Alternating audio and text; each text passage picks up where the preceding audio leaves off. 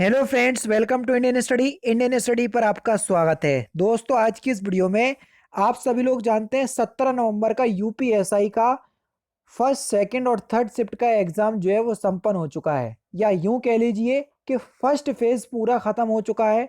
तो आज के यूपीएसआई में एग्जाम में किस तरह के क्वेश्चंस आपको देखने को मिले, तो उसको हम देखेंगे। और ये वही क्वेश्चंस हैं जो आज आपके एग्जाम यूपीएसआई के एग्जाम की फर्स्ट सेकंड और थर्ड शिफ्ट में पूछे गए थे। कई बच्चे कमेंट्स करते हैं जो पेपर दे करके आते हैं, तो वहां से आपको भरोसा मिलेगा कि हम जो क्वेश्चंस आपको करवा रहे हैं एक्चुअल में आपके एग्जाम में वो क्वेश्चंस देखने को मिले थे। ठीक है, तो हमेशा से मैं कहता हुआ आया हूं कि आप 2-4 घंटे का एनालिसिस ना देख के मेरी या किसी और की जो मेरी तरह वीडियो आपको प्रोवाइड करवा रहा है सही क्वेश्चंस के साथ 10 से 15 मिनट की, तो उन वीडियो पे ज्यादा ध्यान दीजिए। वहां से टाइम आपका बचेगा, टॉपिक आपको पता लग जाएंगे, ताकि आप आराम से जो है वो एग्जाम में और अच्छी तैयारी कर सकेंगे अपने एग्जाम के लिए। वीडियो के पीडीएफ डिस्क्रिप्शन में टेलीग्राम चैनल का लिंक है, वहां पर आ जाना। आज पिछले एग्जाम की सारी वीडियो पीडीएफ जो है मैं दे चुका हूं, तो ये वाली पीडीएफ भी मैं वहां पर आपको शेयर कर दूंगा। ये क्वेश्चन आपका पूछा गया था। पहला क्वेश्चन आपका दहेज प्रथा अधिनियम से आपका कोई क्वेश्चन था। क्वेश्चंस पर्टिकुलर याद नहीं हो पा रहे हैं मूल विधि के बच्चों के, क्योंकि थोड़े से हार्ड लेवल के आ रहे हैं, थोड़े से, बहुत ज्यादा नहीं, है ना। रीज जो आपको देखने को मिलेगा, आपको जहां दिक्कत होगी वो जीके में होगी और थोड़ी बहुत आपको मैथ में होगी। बाकी हिंदी और रीजनिंग बिल्कुल लो लेवल की आ रही है। अनुच्छेद 48 ए पूछा था आपका, जो कि पर्यावरण संरक्षण से संबंधित है, जो कि नीति निर्देशक तत्वों में सम्मिलित है।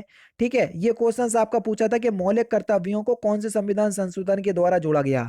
तो आप सभी लोग जानते हैं 42वें संविधान संशोधन 1976 के द्वारा। वाच से 3-4 क्वेश्चंस आपको देखने को मिले थे, है ना।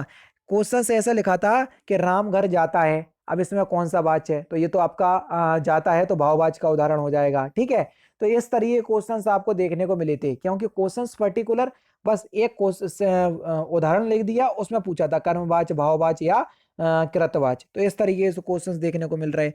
कर का अनेकार्थी आपसे पूछा था, तो कर का अनेकार्थी होता है हाथ, टैक्स। ठीक है, दान पान में समास पूछा था, तो दान पान में आपका द्वंद्व समास होता है। ये क्वेश्चंस देखने को मिले था।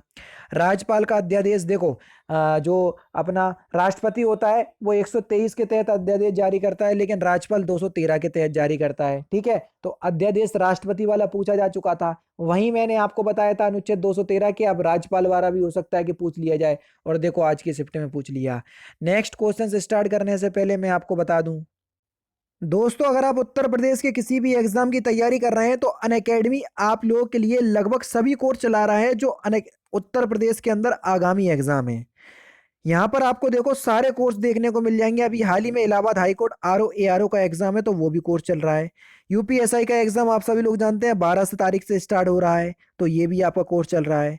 यूपी टेट 2022 के लिए आएगा एग्जाम, ये भी कोर्स देखने को मिल जाएगा। लेखपाल, बीईओ और यूपी पुलिस कांस्टेबल की जो वैकेंसी आई है या आने वाली है, उसके लिए भी आपको आगामी कोर्स देखने को मिल जाएगा। यानी कि उत्तर प्रदेश में वो आगामी एग्जाम जो आ रहे हैं और या जो चल रहे हैं, सभी कोर्स आपको अनअकैडमी पे देखने को मिल जाएंगे। और सबसे अच्छी बात यही है कि आपको इन सभी कोर्सेज के लिए अलग अलग पैसे नहीं देने हैं। एक बार आपको UP PSC, UP triple SC category के अंदर सब्सक्रिप्शन परचेस कर लेना है, उसके बाद केवल और केवल काम आपका पढ़ाई का रह जाएगा। उस कैटेगरी में जितने भी कोर्स चल रहे होंगे सब अनअकैडमी आपको एक्सेस करने का मौका देगी, है ना। ये देख लीजिए आगामी बैच आपके ये 8 नवंबर से अभी आपका इलाहाबाद हाईकोर्ट आरओ एआरओ का बैच स्टार्ट हुआ है। ठीक है, 10 नवंबर से आपका यूपीपीएससी 2022 को टारगेट मान करके तैयारी कर रहे हैं, तो ये वाला बैच स्टार्ट हो गया है। ये वो कोर्स हैं जो अभी हाल ही में स्टार्ट हुए हैं, या जो चल रहे हैं उसमें भी एनरोल कर पाओगे, और जो इन फ्यूचर आने वाले हैं उसमें भी एनरोल कर पाओगे। इन सभी में एनरोल करने के लिए एक बार सब्सक्रिप्शन परचेज करना है। डिस्क्रिप्शन में लिंक है, तो एक बार जरूर से चेकआउट कीजिएगा। कोई भी कोर्स परचेज करने के लिए रेफरल कोड की जगह इंडियन स्टडी अप्लाई कीजिएगा। क्या कीजिएगा? Indian study. स्पेलिंग में आपको बता दे रहा हूं, नहीं तो आप लोगों को दिक्कत ना हो। ठीक है, इंडियन स्टडी, ये मेरा इंडियन स्टडी जो अपने चैनल का नाम है, वही अप्लाई कीजिएगा, तो आपको इंस्टेंट 10% का डिस्काउंट भी प्राप्त हो जाएगा। ठीक है, अब देखते हैं नेक्स्ट क्वेश्चन। फिर आपको क्वेश्चन देखने को मिला था मौलिक कर्तव्यों से, कि संविधान में मौलिक कर्तव्यों का वर्णन कौन से आर्टिकल में है, तो अनुच्छेद 51 ए में है ना। अनुच्छेद 39A देखा था जिसमें निःशुल्क विधि सहायता है, ये सेकंड शिफ्ट में पूछा गया था।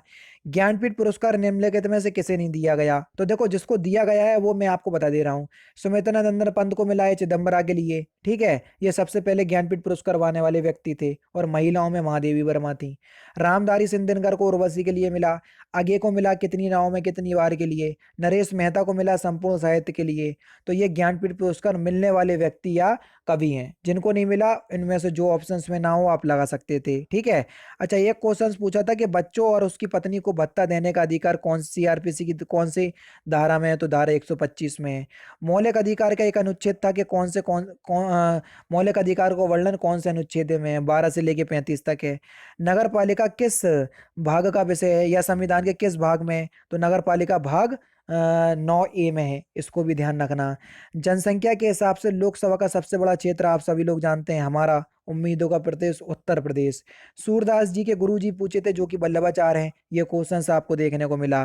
फिर ये थर्ड शिफ्ट के कुछ क्वेश्चंस के अनुच्छेद 39 पूछा था आपका, उसमें सेकंड शिफ्ट में 39 में पूछ लिया। समान कार्य के लिए समान वेतन, है ना। जो संसाधन है उनका संकेंद्रण इसमें बोला गया है। 11वीं अनुसूची पूछा गया था जो कि पंचायती राज की स्थापना से संबंधित है और 29 कार्य क्षेत्र उसमें सम्मिलित हैं, ठीक है। 73वें संविधान संशोधन के द्वारा 1992 में जोड़ा गया था। मानवाधिकार से एक क्वेश्चन देखने को मिला था मानवाधिकार आयोग से, तो मैंने करवाया हुआ है।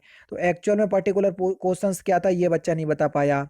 पहले लोकसभा के अध्यक्ष आपसे पूछे थे जो कि जीवी मावलंकर थे, ये क्वेश्चन आपको देखने को मिला। राज्यसभा के सदस्यों की संख्या कितनी होती है? जो कि 250 होती है, तो ये क्वेश्चंस देखने को मिला। 238 आपकी जाती है राज्यों से चुनकर और 245 12 राष्ट्रपति के द्वारा मनोनीत किए जाते हैं, लेकिन प्रेजेंट टाइम में 200 कितनी जाती है? 233 ही जाती है, 5 नहीं जाते हैं, ठीक है। आचार्य रामचंद्र शुक्ल की कोई रचना पूछी थी, तो आप याद कर लीजिएगा आचार्य रामचंद्र शुक्ल की रचना से, ठीक है। कुछ फर्स्ट शिफ्ट के क्वेश्चंस देखते हैं। पुलिस बल के डीजीपी के हेड पूछे थे, सॉरी पुलिस बल के हेड पूछे थे जो कि डीजीपी होते हैं। वर्तमान में कुल कितनी अनुसूचियां हैं? 12 अनुसूचियां हैं। और संविधान में कितने भाग हैं? वर्तमान की बात करें तो 25 और मूल संविधान की बात करें तो 22, ठीक है।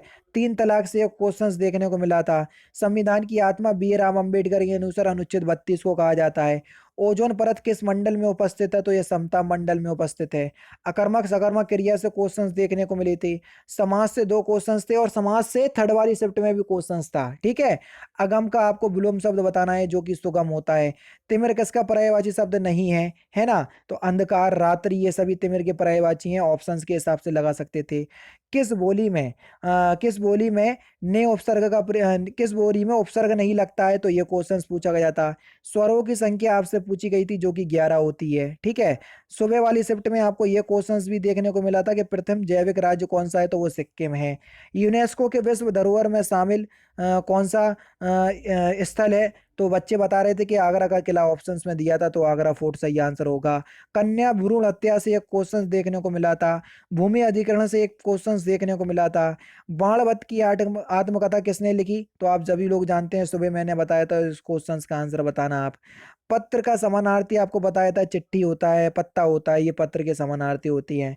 रसों के अंग पूछे थे, रसों के अंग 4 होते हैं, अनुभाव, संचारी भाव, विभाव और स्थाई भाव, तो ये 4 होते हैं। रसों की संख्या 9 होती है, ठीक है। ये क्वेश्चंस पूछा नहीं गया था लेकिन, ठीक है, ये पूछा गया था। कवि का स्त्रीलिंग आपसे पूछा था, तो कवि का स्त्रीलिंग होता है आपका कवित्री, ठीक है। राष्ट्रपति सलाह लेता है आपका सुप्रीम कोर्ट से कौन से आर्टिकल के तहत?